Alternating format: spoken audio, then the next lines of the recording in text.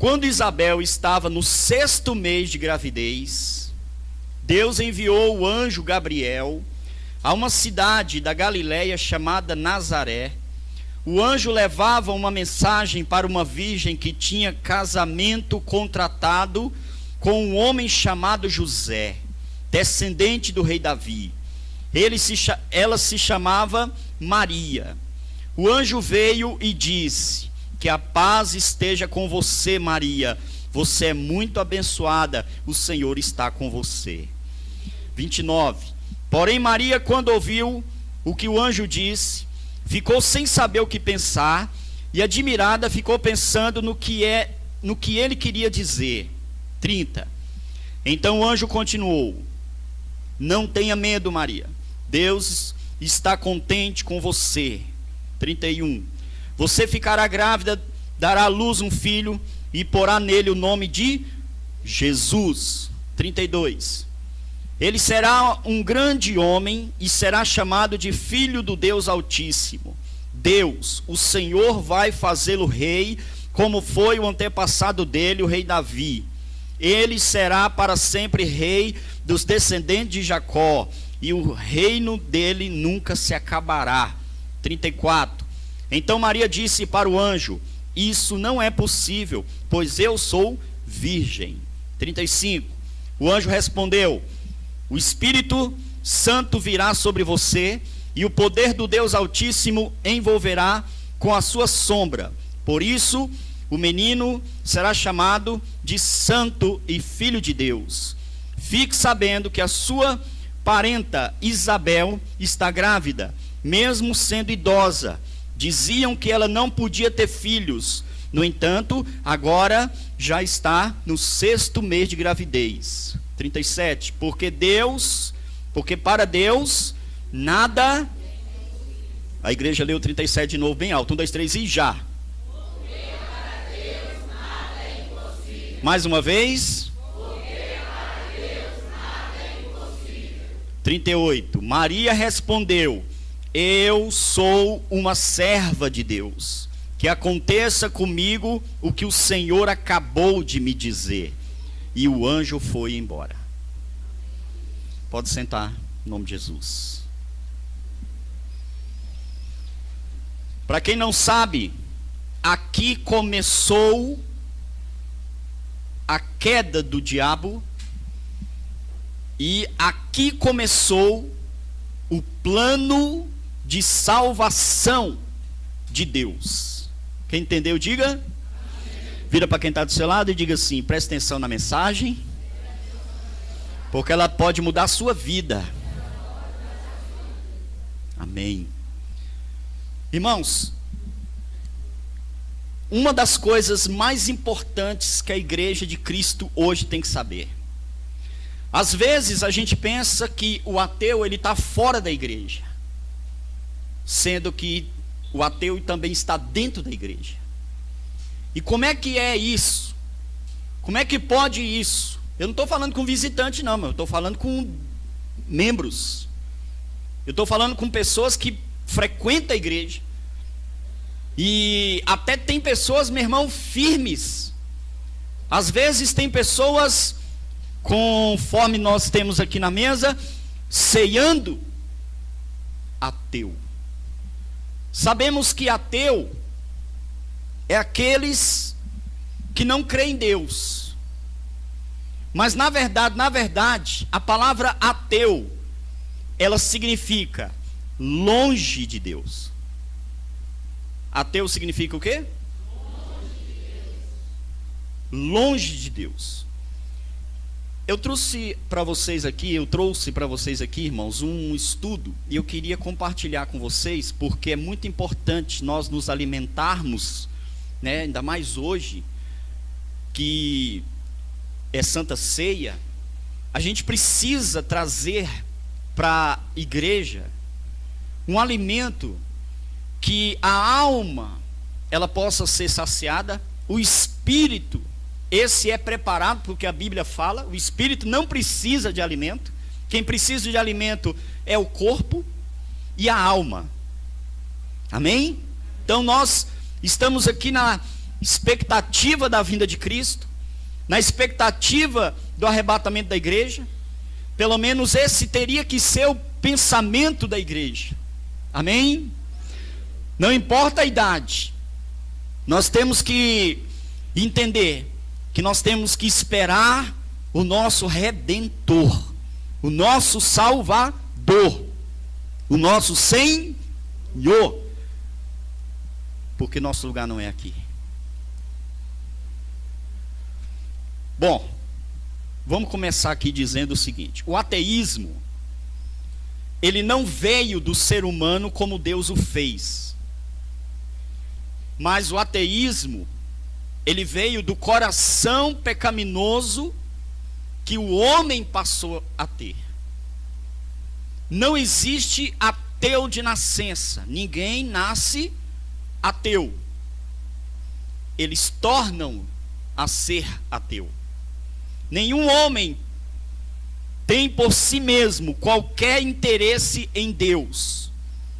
Nenhum homem tem por si mesmo qualquer interesse por Deus. Olha como é que as coisas é, irmãos. Hoje a gente sabe, né, muitos falam isso, né, que muitos vêm por amor e outros vêm pela dor. E se a gente fazer uma pesquisa, aprofundar nisso, irmãos, eu acho que a gente não vai achar pessoas que vêm para a igreja por amor. Pode ser que ache, mas vai demorar. Está entendendo? Então nenhum homem por si mesmo, ele tem interesse em Deus. Ninguém busca a Deus por regra, por seu fim, por sua alegria. E isso é uma regra nossa da igreja. Teria que ser uma obrigação. Nós temos que, né, buscar a Deus conforme a palavra dele ensina. Alegrei-me quando me disseram: vamos a... Tá fraco, hein, irmãos? Alegrei-me quando me disseram: vamos a... Casa do Senhor. Então ninguém deseja ter comunhão com Deus. O ateu prefere tudo antes que o próprio Deus. Ele glorifica tudo acima de Deus. Ele ama a própria imundície antes que a santidade. As atitudes são dirigidas pelo eu, pelo próprio eu. Nenhum ser humano escapa de alguma espécie de ateísmo, mesmo que disfarçadamente. E isso pode acontecer. E o que mais acontece? Isso se dá pela indisposição espiritual que há no homem. Quer dizer, indisposição espiritual. Alguém aqui levanta já orando? Alguém aqui levanta da cama já com pensamento em Deus? Alguém aqui amanhece o dia sorrindo e dizendo: obrigado, Deus? O silêncio diz tudo, né, irmão? Bom, eu escolhi um tipo de ateu, que é o que mais predomina hoje, que é o ateu prático. O ateu prático. O que significa e quem são esses ateus práticos? Eles não negam necessariamente a existência de Deus, mas vivem como se Deus não existisse. Não negam a existência de Deus, mas vivem como se Deus não existisse. Deu para entender? Ateus prático é um dos tipos de ateu.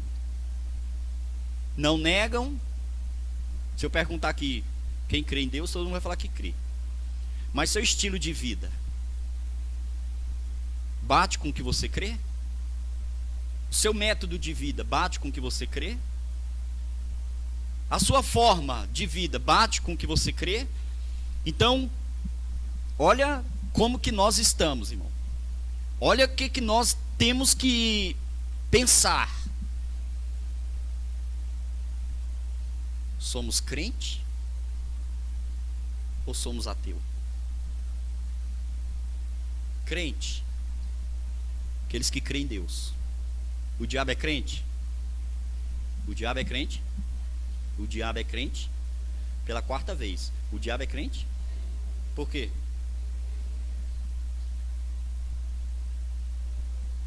Não. Esquece a obediência. Eu estou perguntando, o diabo é crente?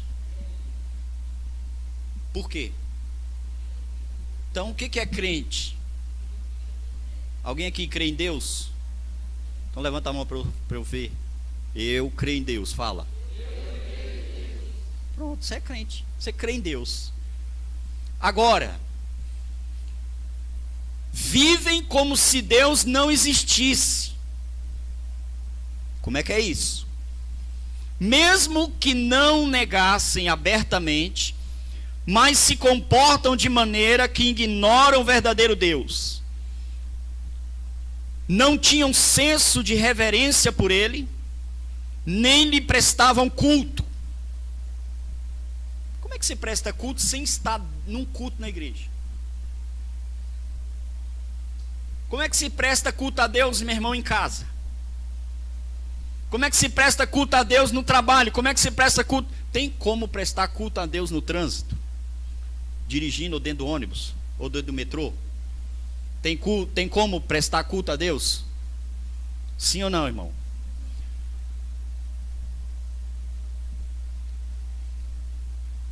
Não tinham senso de reverência.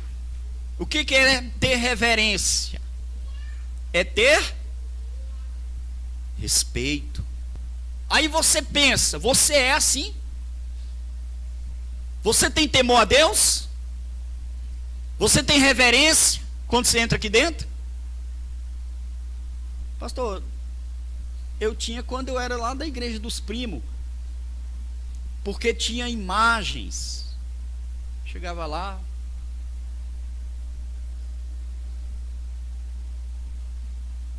entendeu? Mas e quando se entra na igreja aqui, irmãos? E quando se entra aqui dentro?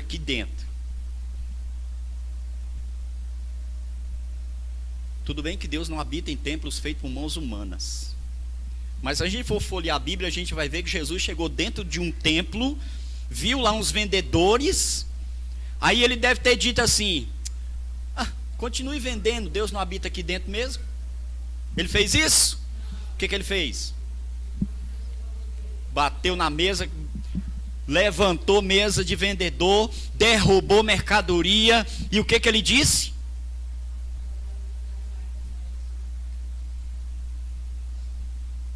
Essa casa não é outra coisa a não ser casa de... Então ele deu valor ao templo. Quem entendeu, diga. Ele deu valor ao templo. Então esse lugar aqui, quando você pisar o pé ali, você tem que ter reverência, porque aqui é casa de... Se não estão fazendo casa de oração, aí não é problema do Senhor.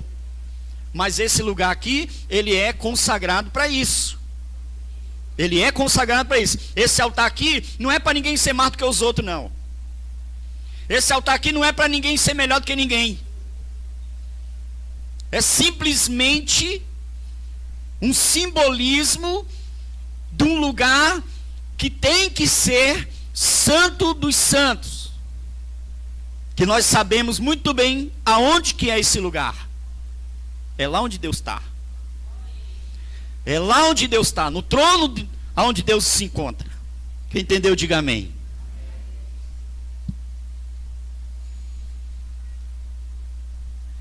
Se não afirmavam a existência, não davam a mínima importância, viviam sem Deus, não entravam em seus planos.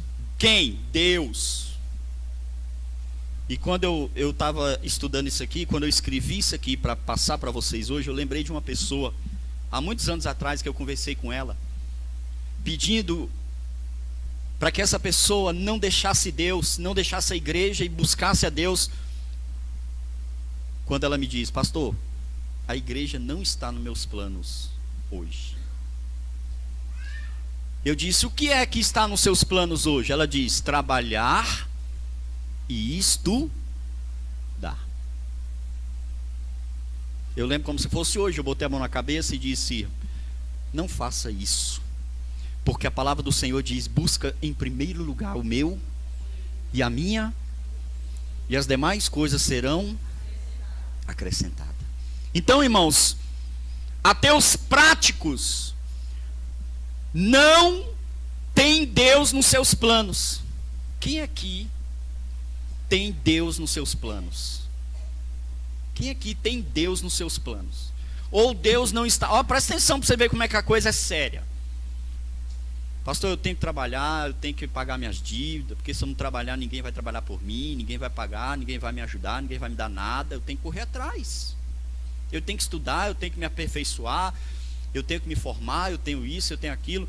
Deus está nos seus planos? Cuidado, hein? Pensa bem, tudo que nós devemos falar, nós devemos primeiro pensar. Deus tem parte na sua vida? Deus tem espaço na sua vida? Muitos vivem uma vida louca, como se não houvesse Deus. Quem não tem Deus em seus pensamentos, obviamente não o reconhece. Quem não tem Deus nos seus pensamentos, não vai reconhecê-lo. E a Bíblia tem exemplo disso. Eu busquei na Bíblia e achei 3 exemplos do que eu acabei de falar agora. Você reconhece quando é Deus e quando é o diabo? Eu fui buscar na Bíblia 3 exemplos, olha para cá. Primeiro exemplo, Maria Madalena, quando foi ao cemitério para limpar o sepulcro. Chegando lá, ela não acha Jesus. Aí tem um anjo lá na pedra, lá em cima. O que o anjo fala para Maria? O que é que tu vens procurar entre os mortos quem está vivo? Maria Madalena não reconhece. Aí sabe quem aparece? Aí ela volta. Sabe quem ela encontra no caminho? Jesus. Mas ela não o reconhece. Aí ela pergunta o quê?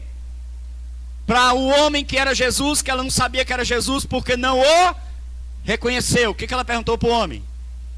Por acaso foi você que tirou o corpo do meu mestre que estava ali?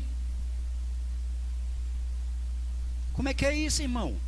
Por que Maria Madalena não reconheceu Jesus?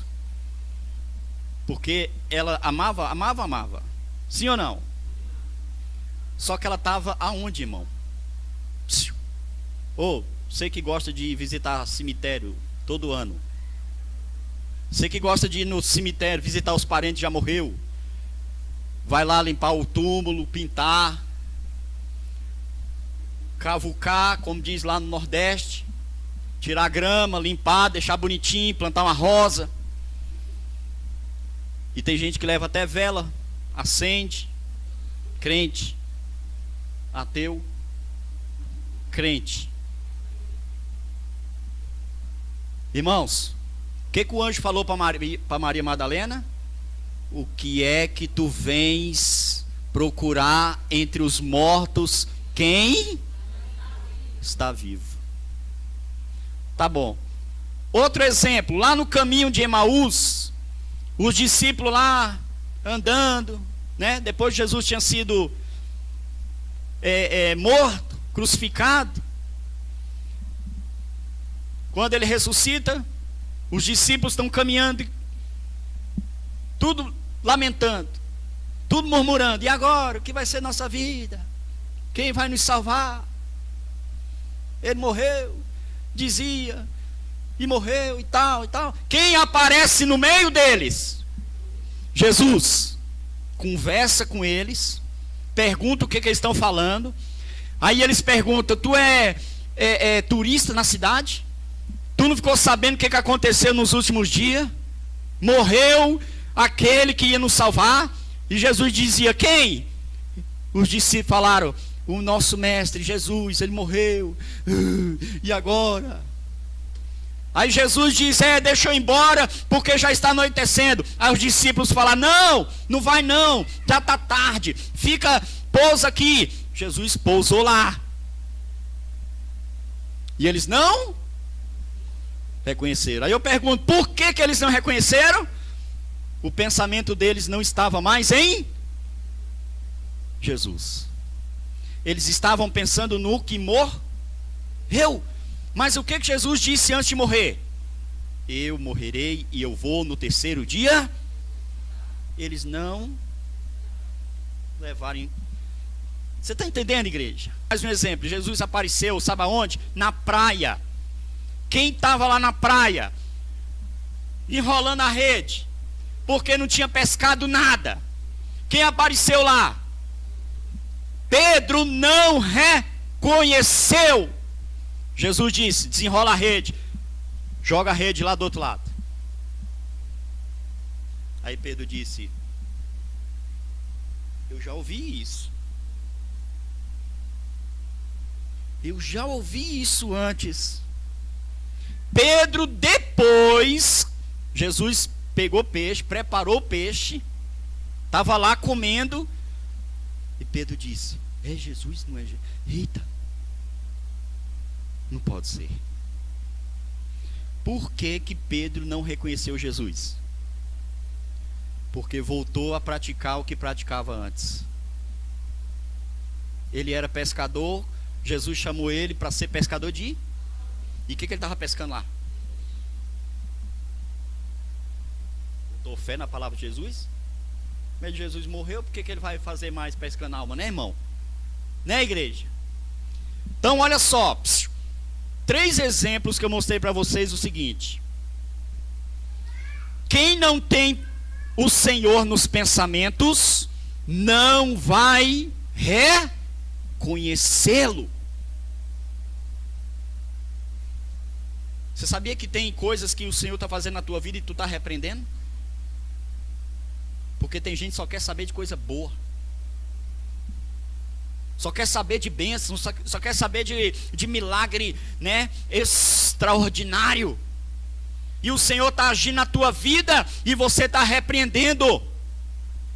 Porque Jesus estava agindo na vida de Pedro e Pedro repreendeu Jesus na cara dele.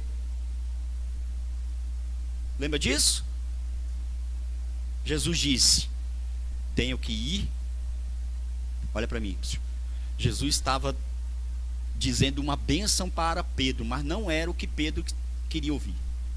Jesus disse: eu tenho que ir, eu tenho que ser preso, eu tenho que apanhar, eu tenho que ser humilhado, eu tenho que passar por isso. O que Pedro disse? Ele repreendeu Jesus. Por quê? Porque os discípulos, eles esperavam ouvir do Salvador o quê? Nós vamos montar um reino aqui. Acabou. Agora é só nós. Cheguei. Eu sou o cara. Acabou o sofrimento de vocês. O reino de Deus chegou. Eu cheguei. Tem muita gente, irmão, que vem para dentro da igreja. Tem muita gente que se frustra dentro da igreja, se frustra nos cultos, se frustra na vida evangélica, porque ele pensa que quando ele vier para a igreja, a vida dele, meu irmão, vai ser transformada da água para o vinho. Porque a Bíblia diz que Jesus transforma água em vinho.